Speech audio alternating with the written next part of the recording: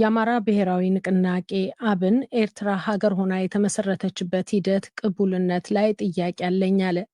ኢትዮጵያ ታሪካዊ ይዞታዋ ከሆነው የባህር በር እንድትርቅ የተደረገበት መንገድ ስህተት በመሆኑ ጉዳዩ ሀገራዊ አጀንዳ እንዲሆንም ትናንት ባወጣው መግለጫ አብን ጠይቋል።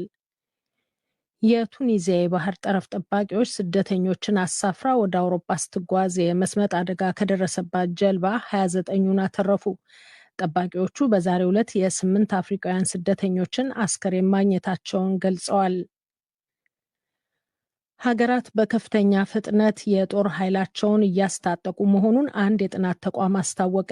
የስቶክሆልም የሰላም ምርምር ኢንስቲትዩት ሲፕሪ እንደሚለው በግጭት ጦርነቶች ምክንያት ወታደራዊ ወጪው በዓለም አቀፍ ደረጃ በ9.4 በመቶ ከፍ ብሏል። ዜናው በዝርዝር የአማራ ብሔራዊ ንቅናቄ አብን ኤርትራ ሀገር ሆና የተመሰረተችበት ሂደት ቅቡልነት ላይ ጥያቄ አለኝ አለ።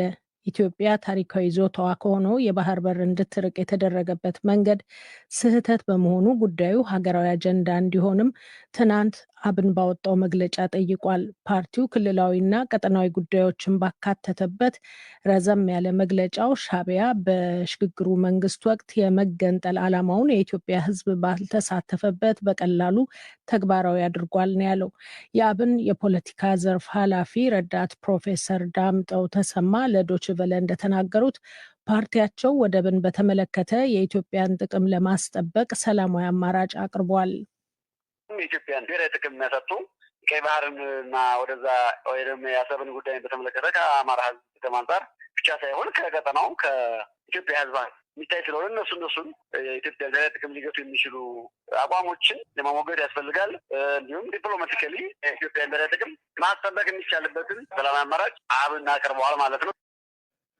አንድ ክልላዊ የፖለቲካ ድርጅት የውጭ ጉዳይ ፖሊሲ መተቸት ይችል እንደው ተጠይቀውም አብን አገራዊ ፓርቲ እንደሆነና የራሱ የውጭ ፖሊሲ እንዳለው ለዶይቼ ቬለ መግለጻቸውን አለምነው መኮንን ዘግቧል። የቱኒዚያ የባህር ጠረፍ ጠባቂዎች ስደተኞችን አሳፍራ ወደ አውሮፓ ስትጓዝ የመስመጥ አደጋ ከደረሰባት ጀልባ 29ኙን አተረፉ። የባህር ጠረፍ ጠባቂዎቹ በዛሬው ዕለት የ8 አፍሪካውያን ስደተኞችን አስክሬን ማግኘታቸውንም ገልጸዋል። ስደተኞችን ጭና ወደ አውሮፓ ስትጓዝ ከነበረችው ጀልባ ባህር ውስጥ የቀረ አስክሬን እንዳለ የመፈለጉ ጥረት አሁንም መቀጠሉንም የጥበቃው ኃላፊዎች ለሮይተርስ ተናግረዋል። አደጋው የደረሰው አፍሪካውያን ስደተኞችን አሳፍረው የሚነሱ ጀልባዎች በብዛት ከሚጠቀሙበት የባውቤል ከተማ አቅራቢያ እንደሆነ ነው የተነገረው። ቱኒዚያ በአሁኑ ጊዜ ከሊቢያ ቀጥላ ወደ አውሮፓ ለመሰደድ የሚያልሙ አፍሪካውያን መዳረሻ ሆናለች። ሀገራት በከፍተኛ ፍጥነት የጦር ኃይላቸውን እያስታጠቁ መሆኑን አንድ የጥናት ተቋም አስታወቀ። የስቶክሆልም የሰላም ምርምር ኢንስቲትዩት ሲፕሪ እንደሚለው በግጭት ጦርነቶች ምክንያት ወታደራዊ ወጪው በዓለም አቀፍ ደረጃ በ9.4 በመቶ ከፍ ብሏል። ሀገራቱ ባለፈው ጎርጎሮሳዊ ዓመት 2024 በአጠቃላይ የጦር ኃይላቸውን ለማጠናከር $2.7 ቢሊዮን ወጪ ያደረጉ ሲሆን ጭማሪው በሁሉም የዓለማችን አካባቢዎች ተስተውሏል ነው ያለው። በአውሮፓና በመካከለኛው ምስራቅ ደግሞ ወጪው የጎላ ነው የተባለው። ከዩናይትድ ስቴትስ፣ ቻይና፣ ሩሲያና ህንድ ቀጥሎ ለጦር ኃይላቸው ከፍተኛ መዋለ ነዋይ ካፈሰሱ 5 ሀገራት መካከል ጀርመን አንዷ ናት። ሩሲያ ዩክሬንን ከወረረች በኋላ ጦርነቱን ተከትሎ የጀርመን ፌዴራላዊ መንግስት ለመከላከያ ኃይሉ 100 ቢሊዮን ዩሮ ለማዋል ወስኗል። አድማጮች የምትከታተሉት የዶይቼ ቬለ ዲ.ደብሊውን ዜና ነው። ሰሜናዊ ናይጄሪያ ውስጥ ታጣቂዎች ቢያንስ 22 ሰዎች ገደሉ።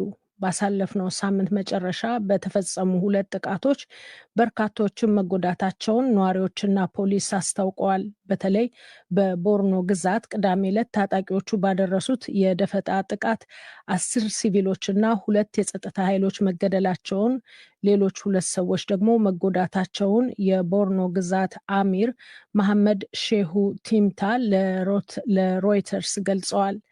በተመሳሳይ ዕለትም የቦኮ ሀራም ታጣቂዎች መሆናቸው የተጠረጠረ ጥቃት አድራሾች 10 ሰላም ሰዎችን አዳማዋ ግዛት ውስጥ መግደላቸውንና በርካቶችን ማቁሰላቸውን እማኞች ለዜና አውታሩ ተናግረዋል። ከሳምንታት በፊት የቦርኖ ግዛት ሀገረ ገዢ ቦኮ ሀራም የተባለው ጽንፈኛ ታጣቂ ቡድን በአካባቢው የሚፈጽመውን ጥቃትና እገታ እንደ አዲስ ማጠናከሩን ገልጸዋል። የናይጄሪያ የሰሜን ምስራቅ አካባቢ ለረዥም ዓመታት በእስላማዊ ታጣቂዎች ተደጋጋሚ ጥቃት የሚፈጸምበት እንደሆነ ሮይተርስ አመልክቷል። በኢራን የባህር ወደብ በደረሰ ፍንዳታ የሞቱት ሰዎች 46 ደረሱ። ቁጥሩ እየጨመረ መሆኑን ዘገባዎች ያመለክታሉ። ቅዳሜ ዕለት ከቀትር በኋላ በኢራን ባንዳር አባስ ወደብ ላይ በተከሰተው ፍንዳታ ከ1000 በላይ ሰዎችም ተጎድተዋል። የጀርመን የዜና ወኪል ዲፒኤ እንደዘገበው የኢራን ባለስልጣናት እስካሁን የፍንዳታውን ምክንያት ይፋ አላደረጉም። እንዲያም ሆኖ ፍንዳታው ከፍተኛ ጉዳት እንዳደረሰ የሀገሪቱ መገናኛ ብዙሃን ያወጧቸው ፎቶዎች ማመልከታቸውን ጠቅሷል።